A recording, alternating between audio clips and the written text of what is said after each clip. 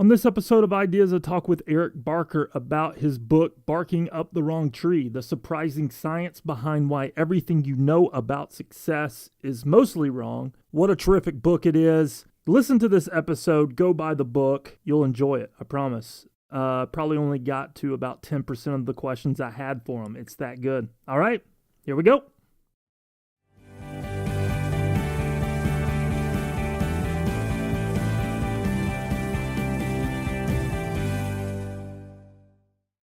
All right, today's guest is Eric Barker. He's a former Hollywood screenwriter and is the creator of the blog Barking Up the Wrong Tree. And he's here to talk about his book by the same title, Barking Up the Wrong Tree, the surprising science behind why everything you know about success is mostly wrong.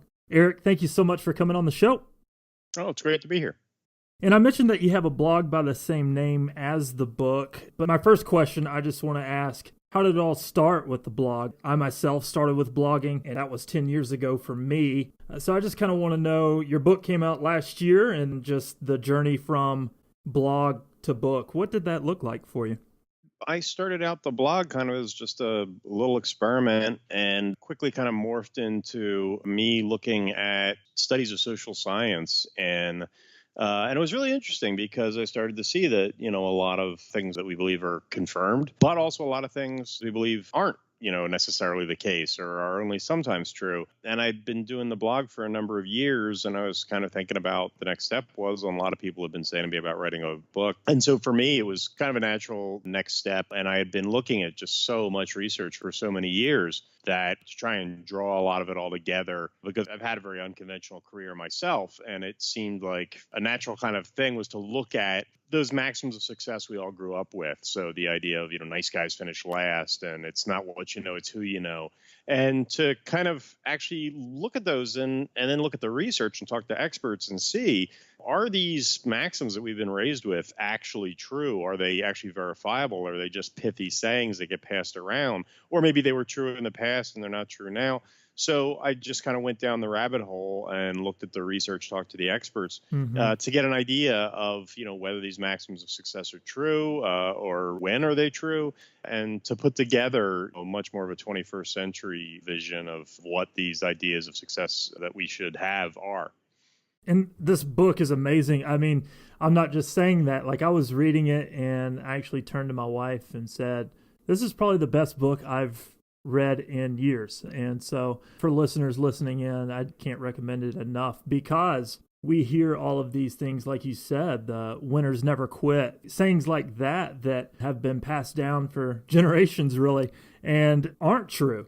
And I want to focus on that one right there, that saying, winners never quit and quitters never win. It's such a false statement, but in your opinion, if somebody listening is wondering if they should quit something, do you have any tips on when quitting is the right thing to do? Any sort of framework there? Yeah, I mean, it's a pithy saying that gets passed around a lot, but I mean, even if you think about it for just a few minutes, it's patently ridiculous. I mean, yeah. we all quit things. If I didn't quit anything, I'd still be playing with Transformers and I'd still be in T-ball. We all quit things. You only have 24 hours in a day. If you never quit anything and you kept adding new things, eventually there just wouldn't be enough time. So we all quit things. There is no not quitting. The issue is, how strategic are we about what we quit, when we quit, and proper prioritizing. So the real issue is, how do we prioritize what's important? Because you only have so many hours in a day. And in the end, nobody likes to hear this because it's stressful, but we only have 24 hours in a day. Every hour that you're spending on one thing, you're not spending it on something else. It's the fundamental economic principle of opportunity cost. Every hour you spend at work is an hour you're not spending with your family. And every hour you're spending with your family is an hour you're not spending at work. So how we spend those hours is very important.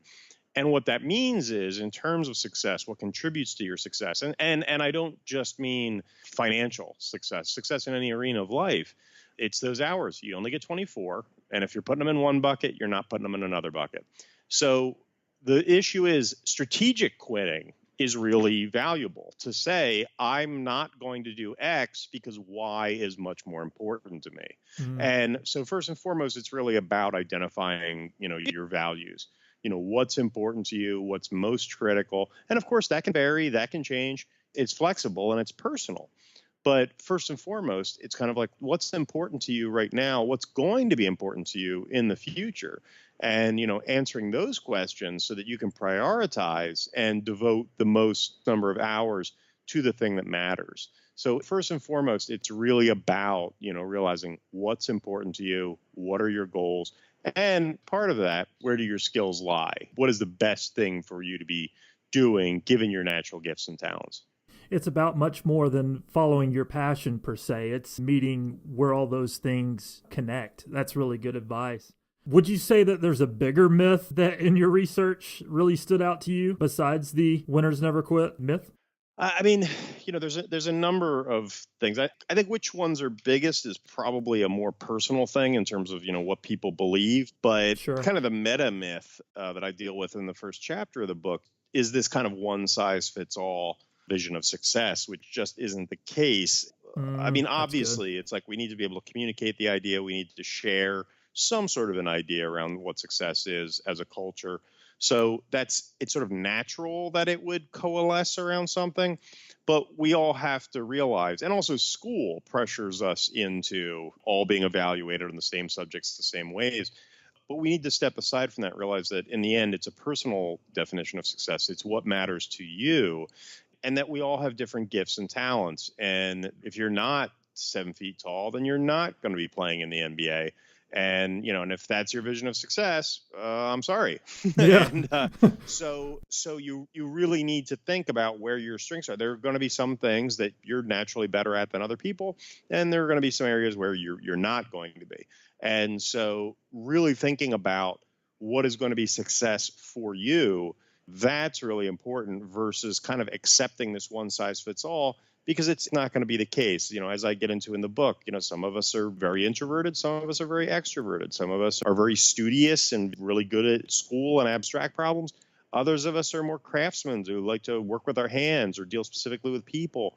And if you're chasing this kind of platonic form of success that is so carved out, that's going to be hard versus thinking about, what will success be for you? And that in the end is also what's going to make you happiest. In reading the book, I got that it was a bunch of things that contribute to success rather than, there's a message of just work hard and you'll find success. It seemed like you were saying there's more to it than that. Would you agree with that?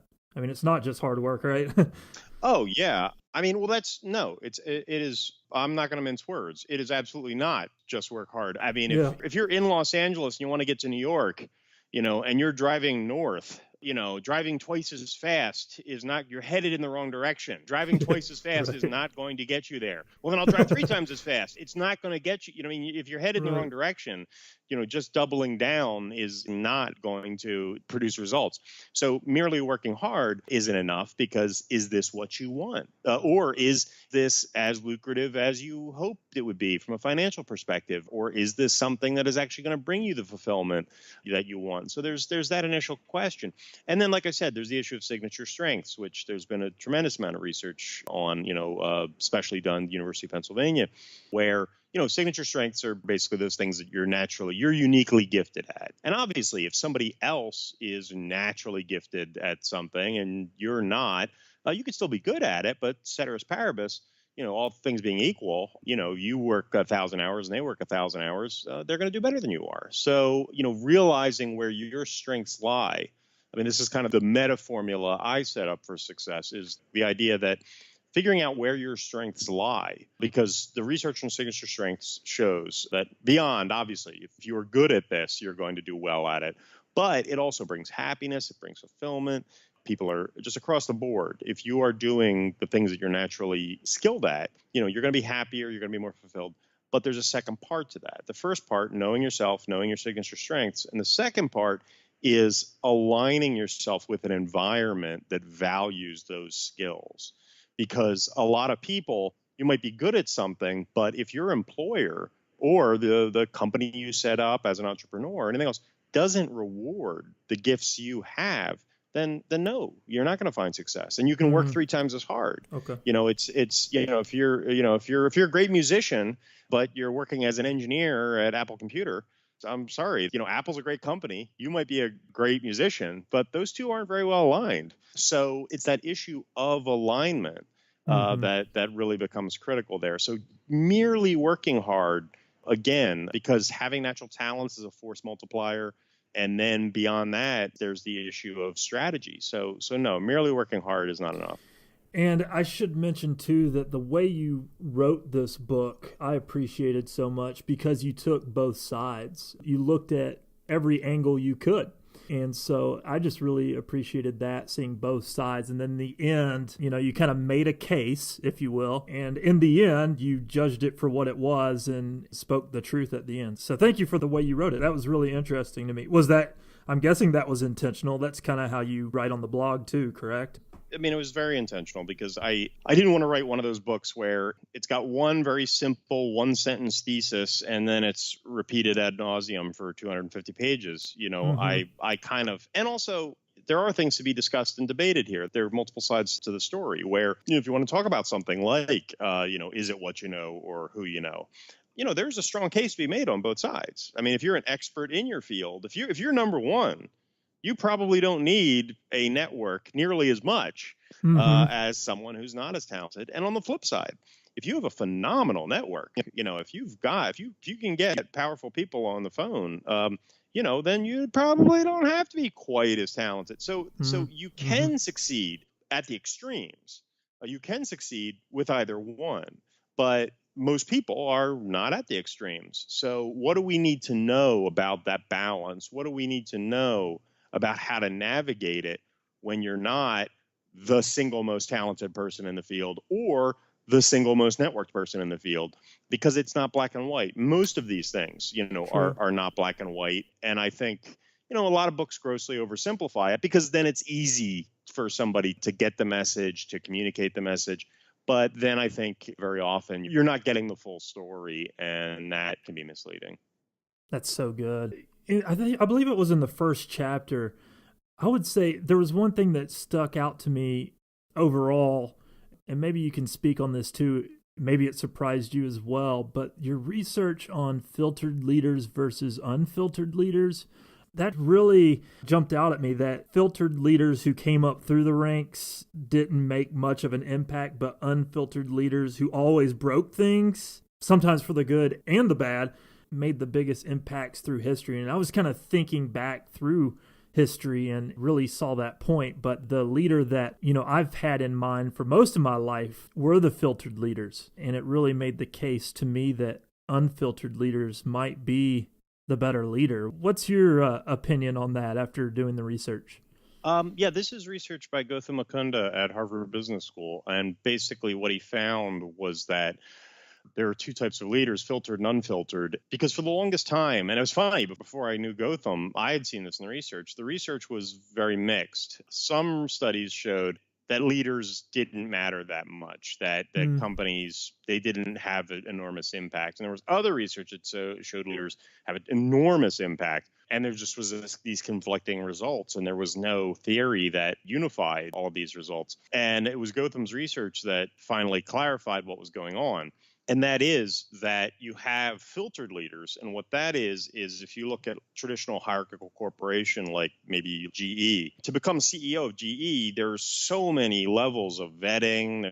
There's so much to go through to get from an entry-level position to CEO. Those people are so highly vetted that the number one choice and the number two choice of the people who could be CEO, all the people in the running are going to be effectively indistinguishable, because by the time you've run the gauntlet and survived all the evaluations and all the criticisms, and therefore they're going to make the same decisions. Candidate 1, 2, and 3 are pretty much all going to make the same decisions as one another. So their impact on the company is not going to be that great. On the flip side, you have unfiltered leaders, and those are people who don't go through the vetting system. So that would be entrepreneurs. That would be when you have, if you look at the election of Abraham Lincoln, you could also say the election of Donald Trump, someone who didn't go through the standard channels and therefore bypassed the traditional vetting process. Those people are going to make much more radical changes because they haven't been vetted. And what that means is those leaders produce enormous change. Now, that's a tricky word. People think change and they think, oh, wow, oh, those are the great leaders. No, no, no, no, no, no. Change can be good and change can be bad, but change is just change. Change just means different. Right. So some unfiltered leaders come in, and you have Abraham Lincoln, who ended slavery. And then you have other unfiltered leaders who destroy the organization that they were brought in to fix. And so there is no one size fits all answer here where it's like, oh, you always want a filtered or you always want an unfiltered. Once again, the answer is contextual. So if you have a corporation that is on top of the world, doing great, no significant threats or competitors, you want a filtered leader because you want to keep on doing what you're doing. On the flip side, when you look at, a lot of industries now which are having major difficulties, especially you might look at media like maybe music or publishing or, that are getting upended or newspapers, then you probably want an unfiltered leader because if you keep doing what you're doing, you're going to be out of business in a number of years. You need change. It might be scary, and that person might come in and break things. However, if you're facing an existential threat and what you're doing isn't working, then you need somebody who's going to mix things up. I was going to mention Donald Trump, but I didn't know if you'd want to go there. But you mentioned I don't want to go there, but just for anybody who was thinking that, I'm making a value neutral statement. You love Trump, hate Trump, whatever. He definitely would be classified as an unfiltered leader. The other thing that kind of goes throughout this, an interesting point there, I really wanted to talk to you about filtered versus unfiltered because I think a lot of people's opinions, if they don't realize they have one, then they might realize it now and think more about that your classic through the ranks leader might not be always the right thing for a company to grow it and to make it better. Just something to think about. But the other thing that really stuck out to me throughout the book is our perspective on things, whether it be negative or positive, and things that are ingrained into us throughout life. I wanted to ask you too, how can we begin changing a negative perspective on things? Well, I'm going to assume you're speaking about an irrationally negative light because, if things are bad, then you should see them as bad. Yeah, so, right. If you're coughing up blood, I don't want you to have a positive vision of your health. Right. So first and foremost, we need to establish that you have an irrationally negative view on things. If things are bad, you should see them as bad. I should tell you that the next question I kind of want to lead into is you bring up a point that we're constantly lying to ourselves about our status, our relationships. And so breaking that nasty habit too. How can we see things, like you said, for what they are, but also begin seeing things in a positive light, kind of that intertwined? I mean, again, it becomes kind of a tricky issue because the bulk of the research in terms of happiness shows that lying to yourself is pretty good. that was surprising. I mean, to wake up in the morning and go about your day, it's good to believe that you matter, but I'm sure I can present a case that you are a little speck of dust in an uncaring universe. But you need to feel. So the truth is that, from a happiness perspective, a certain amount of delusion is actually necessary and beneficial. When you look at the research, there's a defined term called depressive realism. And that is basically people who see the world as accurately as humanly possible. They're classified in the psychology literature as clinically depressed. So seeing the world very clearly is not always the best thing for your happiness. So that is kind of a caveat I have to give. On the other hand, walking around with a pervasively negative attitude, an irrationally negative attitude, has a lot of, ill effects, specifically as I talk about in the book in terms of grit, where basically in terms of persistence through challenges, when we have a pessimistic attitude, we're far more likely to give up. One of the best indicators of a gritty, resilient attitude is optimism.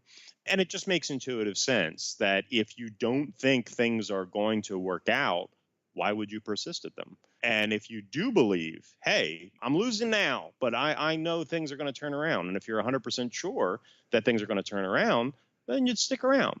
So optimism is strongly correlated with grit and resilience. And I think one of the things you were getting at is that issue of self-talk, where the voice in your head, if it is optimistic and positive, you are far more likely to persist through difficult times than if it's not.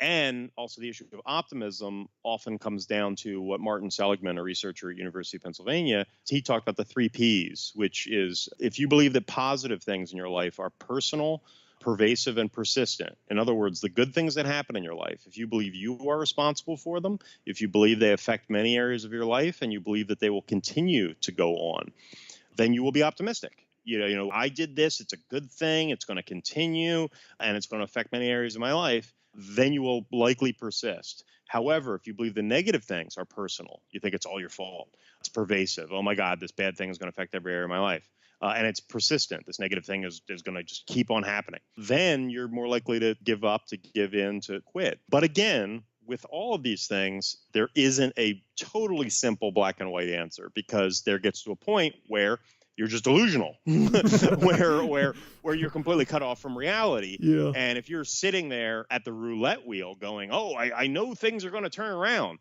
it's random. I mean, that's how roulette works. So it has to be within bounds. And you have to have, that realistic perspective. But within that, if you're making strategic bets, if you're not betting the farm, if you are being measured and rational about that, then obviously, being optimistic about your chances, doing the work to make sure that you should be optimistic, that the odds are in your favor.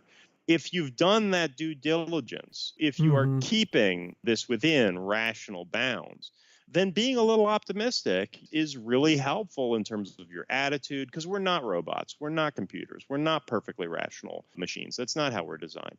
So to keep an optimistic attitude, keep those 3 Ps in mind. When you hear negative self-talk in your head, irrational negative self-talk, to take the time to correct it. Yeah. I appreciated that you approach self-talk in a non-hokey way, if that makes sense, because a lot of people look at self-talk as a hokey thing, but you backed it up with the research that it really does matter. Well, I think there is a distinction to be made. If people believe the stuff about, I'm going to say, I'm smart and I'm a good person 100 times into the mirror, there is research on that, and no, that doesn't work, because if you don't actually believe it and you're not actually making a case for it, you're not going to convince yourself. That said, the issue, and that's why I keep saying rational. Because, that's important. Well, that's the real issue here, because if your negative self-talk is saying, and this comes from the research on cognitive behavioral therapy, where if your negative self-talk is saying, I'm always going to be a failure. Okay, well, that's not a rational statement. You don't know that tomorrow you're not going to hit the lottery. I mean, you don't know. So to say I'm always going to be a failure, that's an irrational statement. Unless you have a crystal ball and can predict the future, there's no way that can be accurate. I mean, if you were to say, I have failed many times in my life, okay, that's a rational evidence-backed statement. But when you start saying things like, oh, I'm just a loser, it's like, you've lost in everything you've ever, how are you still alive? I mean, so... Yeah. So that is being critical of irrational self-talk, where it's just depressed, pessimistic. It is not logical. That is the foundation of cognitive behavioral therapy, where you are actually questioning its rationality. And that's where it is. Just saying platitudes to yourself is not going to make you better. But listening to that voice in your head, and when it's overly critical, irrationally critical, questioning it and then correcting it, that can be very helpful in terms of mood, but also in terms of persistence and success. That is so good. And there's so much that I wanted to get to today, but we won't get to. But kind of wrapping up here, you mentioned happiness, and so many people are chasing happiness. My first question on that would be, where does happiness fit in? Should people be chasing happiness as the first goal in life, as so many people are? I mean, we see so many books come out every year on happiness, finding happiness. And then do you believe that happiness is always in our control? Yeah, I mean, obviously there's no kind of turnkey solution to the happiness thing, but there's a lot of evidence in there. One piece of evidence is that aggressively chasing happiness is actually a negative, because it's just kind of reminding you that you're not as happy as you could be. Now, that said, doing things about it are very helpful. I mean, if I had to say, one thing, that would be that there's a vast amount of literature that shows the biggest contributor to people's happiness is their relationships. It's not financial success. Obviously, not having enough money can be a big negative. It can definitely bring you down. But the biggest contributor to people's happiness is their relationships. So family, friends, loved ones, having good relationships is critical. But there are many other big contributors to our happiness. Like I was saying earlier about signature strengths. If you're doing the things you're good at, is a very big contributor to happiness, especially if that's your career. That's very valuable. But I think what is also really critical for people to remember is that happiness is a perspective. Obviously, you need enough money to feed yourself. Obviously, being in good health is an enormous contributor to happiness. But in the end, happiness is a perspective, because there are people objectively, in any criteria, there are people objectively in a worse situation than you are. There are people in developing nations who have a lot less money than you do. There are people who probably have less friends than you do. There are people who have, in every metric, who are still happy. Everyone in developing countries is not miserable. Therefore, money cannot be the only, or otherwise everybody in the United States would be happy and everybody in developing nations would be unhappy. So it is a big issue of perspective, and comparisons are a huge, huge issue. If you're comparing yourself to billionaires, you're not going to be as happy as if you're comparing yourself to people who are not doing as well as you. But first and foremost, it's key is relationships. Health's a big contributor. Being rich is not as big a deal as you'd think, but being poor is a big downer. So, but if you have to focus on one thing, focus on your relationships. That's beautiful. And that's actually how you end the book. So that's just a perfect spot to end on. What's one last piece of advice that you'd like to leave listeners with today, Eric? It could be something we've already talked about. It could be something you didn't mention today. But if there's one thing on your heart today, what would that one thing be?